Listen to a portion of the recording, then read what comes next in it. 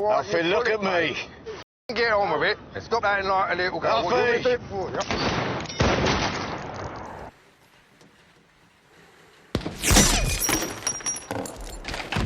Yeah, Jonathan. Walk away. These are the top 25 headshots across films and TV, Volume 3.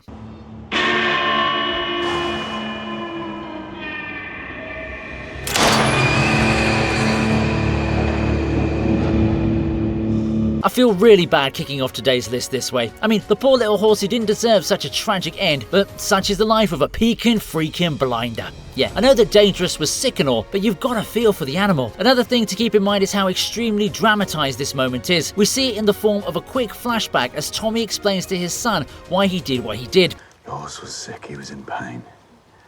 The vet couldn't do anything, even Curly couldn't do anything. I put him to sleep. It's what you do. No! It's what you do! It's shown as a highly symbolic moment because, as per my understanding, it's almost as if Tommy Shelby isn't just killing the horse, but also a version of his old self. Plus, we all know how much he really loves animals. Our man finds it harder to kill a defenseless animal than to kill a ruthless human. Covering the horse's face also enhanced the scene, as we felt a much larger impact from this creative choice. Well, at least this ain't Cannibal Holocaust, right? Did Arthur explain? He said it's God's will. But you're not God.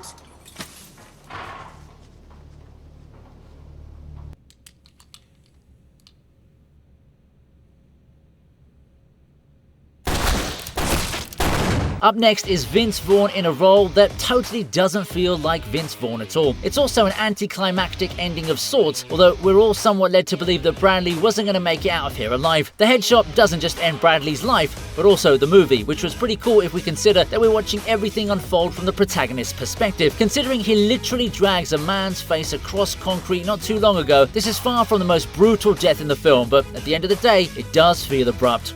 They say the head stays alive for a little while after it's been cut off.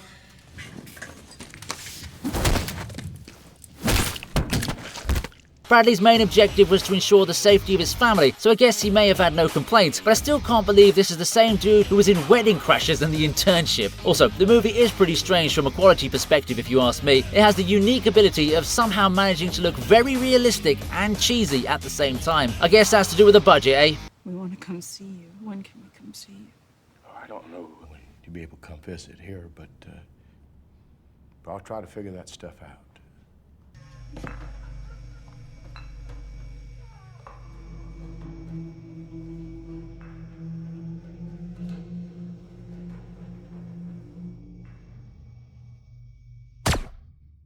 Now, we have ourselves a murder in the kitchen. It's also not the kind of dessert you want to have in a season finale. Look, Emmett Stussy isn't what you'd call an ideal example of an outstanding individual. I mean, the guy's got like $20 million after declaring bankruptcy, so he did have it coming in a sense. Mr. Wrench doesn't take too kindly to such people, so the headshot was pretty much warranted. And yes, I do have to point out how Emmett looking at the pictures on the fridge was, in a way, symbolic of his life flashing before his eyes before he eventually died. It's a really nice touch for a scene that's otherwise not too fancy or exaggerated. Like, the dude's chilling with all of his illegal cash and then boom, game over, man. It's not a very Minnesota thing to greet your guests this way, but the bigger crime was not allowing me to see that cake properly. Don't worry. Your personal wealth, the profits you've made as a partner in this venture, have all been carefully hidden, so... You know, they put it in everything. Hey man, you got a quarter? In at number 22 is a completely random assist. Yeah, the homeless end up helping the Baba Yaga himself as he shoots down a couple of assassins while making it look like light work. It's such a smooth execution that it makes you wonder if the dudes outside your home are on the same level. I mean, this guy's got the kind of skill to compete with the likes of Mr. Wick himself. He's got a dog too, so the comparisons are very much warranted. At this point, a random guy at the New York subway could pretty much be an Avengers level threat, and we won't even know about it. It's an extraordinary moment that doesn't just give us a couple of cool headshots, but also expands the world of John Wick. There are so many potential spin-offs that can be created via this franchise, but after the failure of Ballerina, I doubt they'll put any money into a project without Mr. Wick in it. As I live and breathe, John Wick, the man, the myth, the legend. Get out!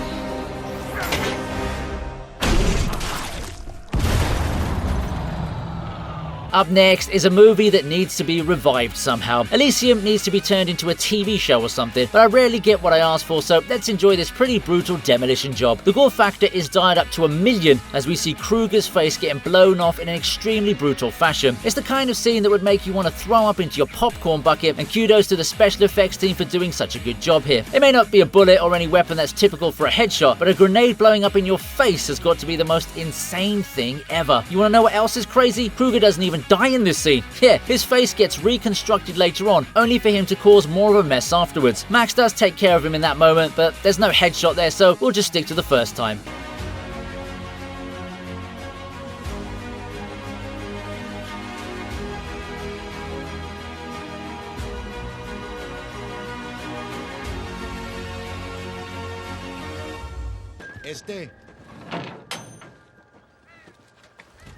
Didn't work out. You're too sensitive.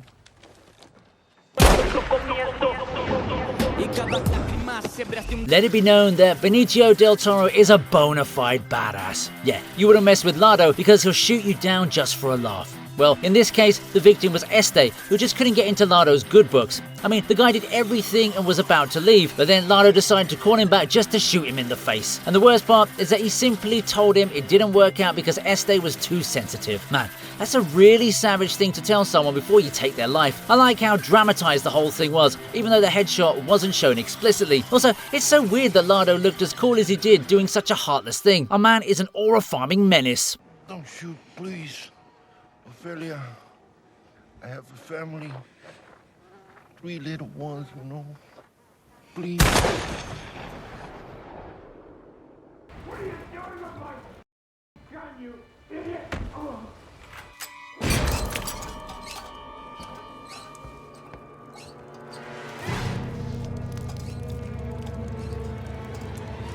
Oh man, this was definitely something. If the lead detective of a murder case doesn't get spared, then nobody's safe here. Look, I know The Snowman was a pretty massive flop commercially and critically, but this headshot was pretty hardcore. It was made out to be self-inflicted, but the scene clearly shows that Inspector Rafto was murdered here. It's a sudden moment that feels completely out of pocket, but it does keep with the general tone of the film, even though the audience could somewhat predict what was going to happen. Yeah, this isn't my favorite film by any stretch, but the headshot deserves to be placed here. Also, couldn't they have given Val Kilmer another voice here? I know he couldn't use his own voice due to his condition, but Rafto just couldn't be taken seriously.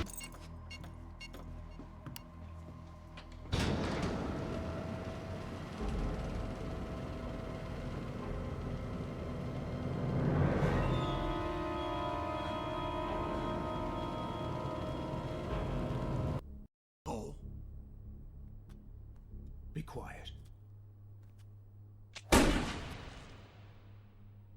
Up next is a random scene considering what the actual movie is about. The Raid Redemption may have some crazy fights, but as per this headshot, we also learn that silence is golden. Wahyu and Tama seem to be generational level enemies, but it's Wahyu who really takes his hating to a whole other level. He's ready to sabotage his own integrity just to get rid of Tama, and when the gag was up for him, he decided the only way forward was to land a headshot into Tama's thick skull. To hear the words, "be quiet," right before you're shot down has to be the highest form of disrespect, but it's not like Tama's gonna get any sympathy points from us. If only he didn't egg Wahyu on with his insults.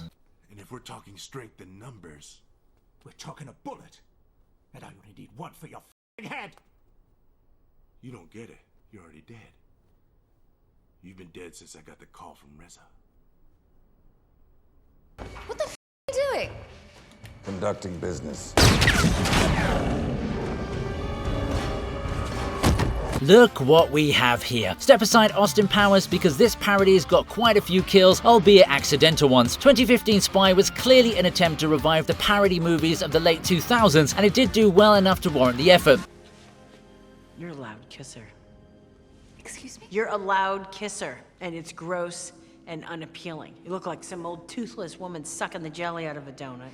Now, when it comes to headshots, there's one that went overboard with the exaggeration. It's when Salsa gets shot in the head by Sergio De Luca. It's a gotcha moment for De Luca, but the way Salsa dies was pretty badass. The man was doing business, and he darn well stood on it with the way he executed the shot. Richard Brake is known for being in pretty much everything, including Game of Thrones as the Night King, but this is one movie where I feel his death meant more than his presence. Just like a woman to her jury at a battle. Although this is the ugliest necklace I've ever seen. Yes, it is, and it's all yours! doors with an adjustable toggle!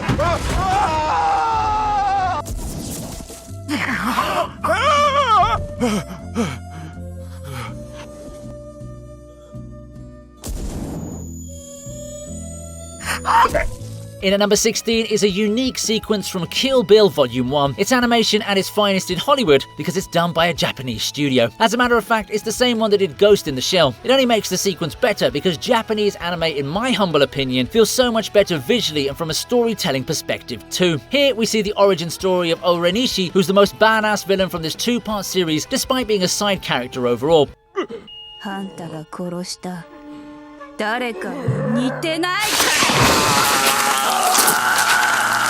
The whole sequence was pretty cool to watch, but those shots from under the bed were way too epic to ignore. I totally loved it, and this is one of the many reasons why I want to see a spin-off series based completely on her character.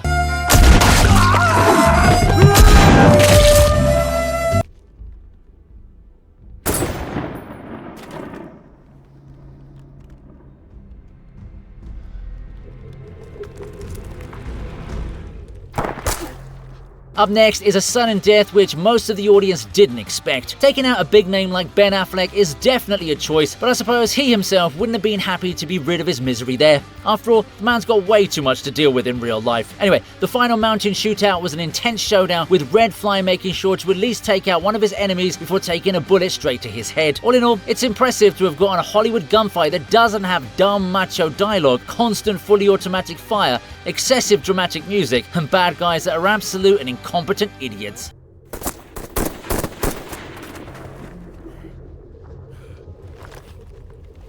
Tom! Tom! Tom! Come on. I'd say I have more than 10 seconds. Well, then in that case, I'd say you'd better stop. Wow, we've got a second entry from Spy. It's also a hilarious way to go as Jude Law manages to pull off one of the most comedic kills in recent history. I can't believe a man shot down the only dude who could take him to the bomb because he sneezed at an inopportune time. I love how he tried to justify his actions by mentioning the amount of pollen in the room, but I don't think that's going to make up for all the aura he lost in this one moment. There's no random noise or sudden dramatization, so the scene gains its merit for what it is. I couldn't stop laughing even while I was writing this script, so I definitely suggest you check this movie out if you've got the time. Oh my god, why did you do that? I didn't do it on purpose. There's like a ton of pollen in here.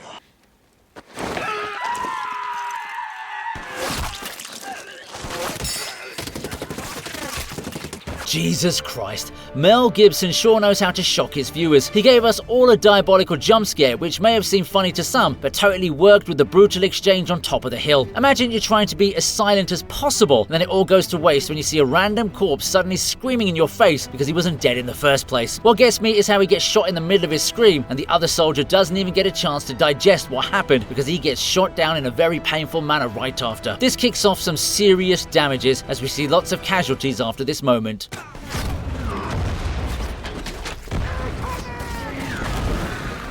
We got these leads. She'll stand trial and she'll get the needle. Don't.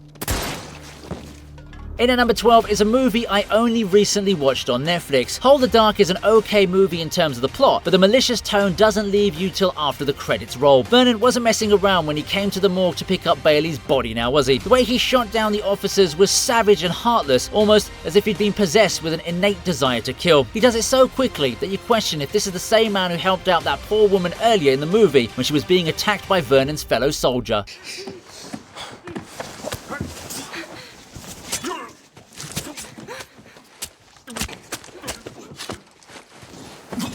Jonathan, just walk away. Yeah, Jonathan. Walk away. Yeah, this was a total shocker, alright. John Wick might be the main character, but if he's going to be breaking the biggest rule of the Continental, you can't exactly expect any special treatment. But then again, if you betray the world's deadliest assassin, there's only so much you can expect, even from the main assassin hotel. Plus, when the villain is such a snobbish brat, the audiences won't care about the rules. You know Santino is like that sibling who punches you, then runs to his parents to not get hit back. Winston's face was also priceless. He knew this was the worst possible thing that could have happened, but then again, the writers needed some material to work work with for further sequels. This may not be the first entry from John Wick 2, but it was easily the best kind of death to give an otherwise completely useless antagonist. What have you done? Finished it. Ma'am, your nose.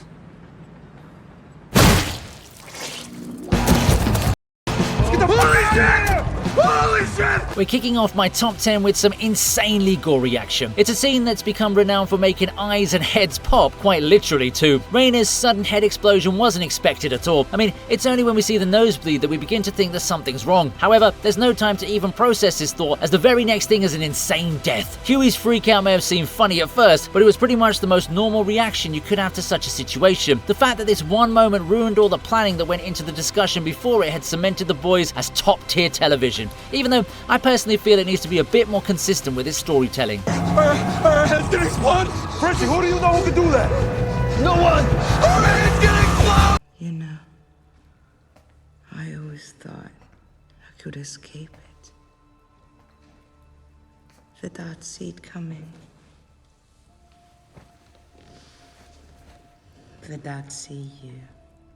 Here's an emotional one for a man who was believed to have forced out the word from his vocabulary. John Wick gets an assist in his assassination, and it's all thanks to his target Gianna. Honestly, the whole situation is messed up, considering how she gets betrayed by her own brother, but Gianna still had the decency to make the kill easier for John by doing what she did inside the bath. Why?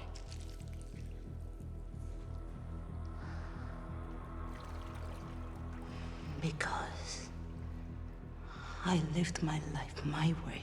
You could tell that these two were close, and John respected her too, because he normally just executes his target and moves on. Here he heard out Gianna completely and only waited till the very end to land his headshot, thus ensuring he did his job. It was almost as if he was hoping for Gianna to find a way to talk him out of it. Yeah, we all love a hitman with a code of honor.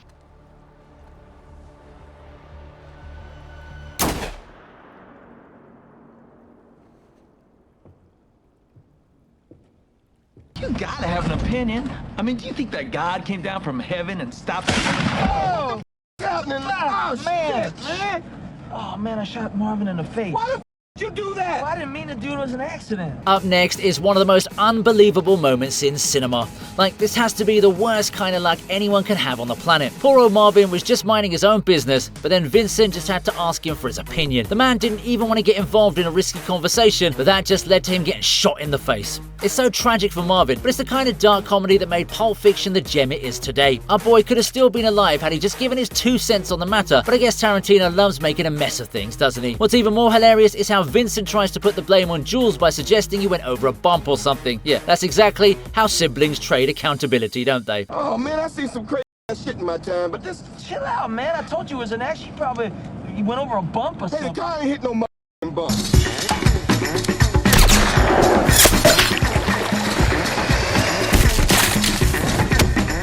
Hey look, here she is again. We've got Orenishi gracing our screens one more time as she pulls off an insane sniper shot from a crazy distance. It's a proper aura farming scene as she gets the job done and then moves on to the next plan of action. The animation once again is on point as we follow the perspective of the bullet itself as it travels through all that distance and eventually hits the target in sublime fashion. Seeing those women scream in horror from an open skull's view was an awesome creative choice that only Quentin Tarantino could have followed through on in America.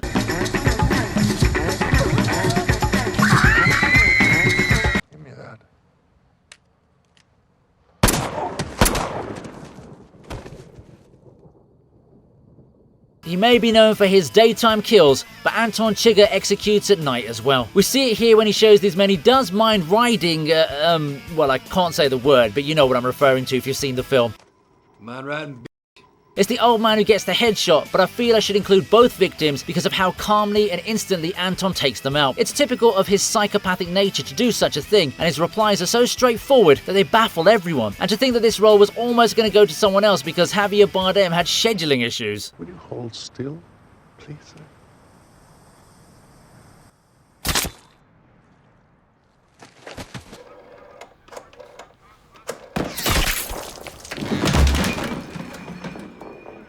At number 5 is Death by the Phone. Hansi was one of the main bright spots from Fargo's second season, and his interaction here with the cashier is very much reminiscent of Mr. Chigger himself from the early entry. The way he started eyeing that ammo after being told it was a family store basically confirmed his eventual intentions, and shooting down the cashier right after felt like it was meant to be. Look, this is a family place. We sell motor oil and pop and, you know, maps for tourists. Yeah, Hansi never meant for the man to survive because his discomfort during their chat was quite evident. Well, we did get an epic headshot from it, so I definitely liked it.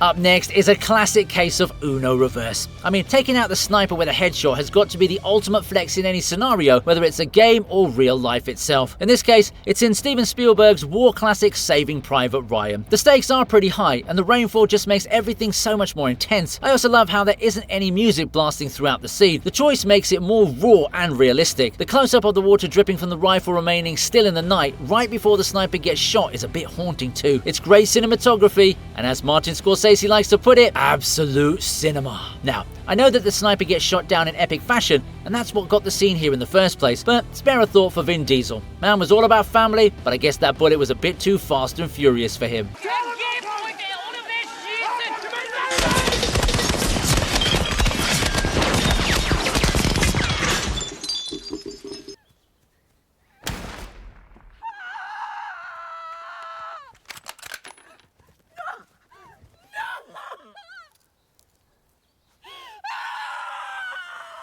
Oh man, this one's a real stinger to the mind and soul. It's an abhorrent crime that no amount of atonement can make up for, but then again, this is a Lars von Trier film, so such visuals shouldn't be surprising, should they? The house that Jack built was extremely polarizing, as are all von Trier movies, but this particular scene has the kind of headshot that perhaps would even make the devil say, "Hey man, take it easy."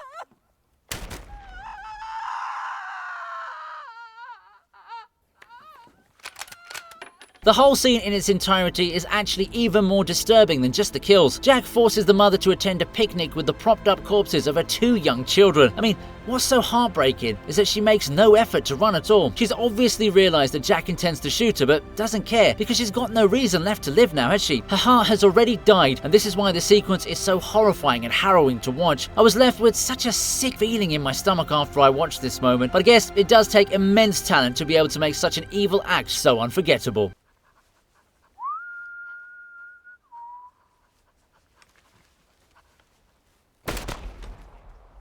Look at me. You know, it's an honourable reason now to pull that trigger, so why Alfie, look at me. Get on with it and stop acting like a little girl. What do you want to do it for? Oh yeah, this one's a moment so many of us Peaky Blinders fans had hoped for. It's an epic standoff between Thomas Shelby and Alfie Solomons. Yes, there are literal shots fired and all, but the highlight has to be the way Alfie says, "Nah." It's exactly the kind of guarantee you'd expect from a man of his nature, and the nerve of him to write to Tommy later on was also pretty much on point with his character. The tension in the air was so freaking thick, and the alpha energy all around us was pretty much undeniable too. Plus, we've got to appreciate a man who'd like his dog taken care of, even if it's by the dude who shot him. You know, I was actually thinking of making this the top entry, but then I remembered that Alfie only gets shot in the cheek. Yeah, that's technically a part of his head, but I can't let a technicality through to number 1 when there's a very worthy contender coming up next. You go look after this dog? No. Alright then. Well, his name is Cyril. He will be very upset and distressed, so you'll need to find him someone. We're fine.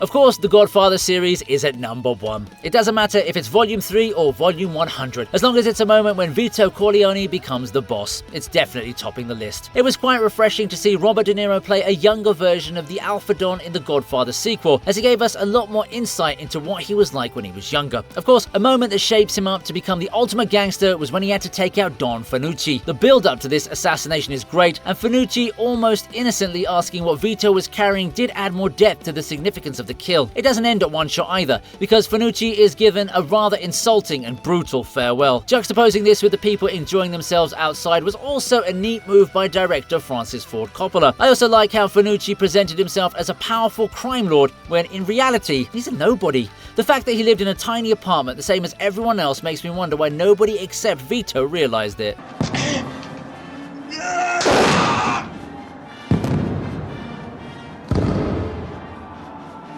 Hope you liked the video. Please subscribe to the TV Regent, and here's another video that I know you're going to enjoy.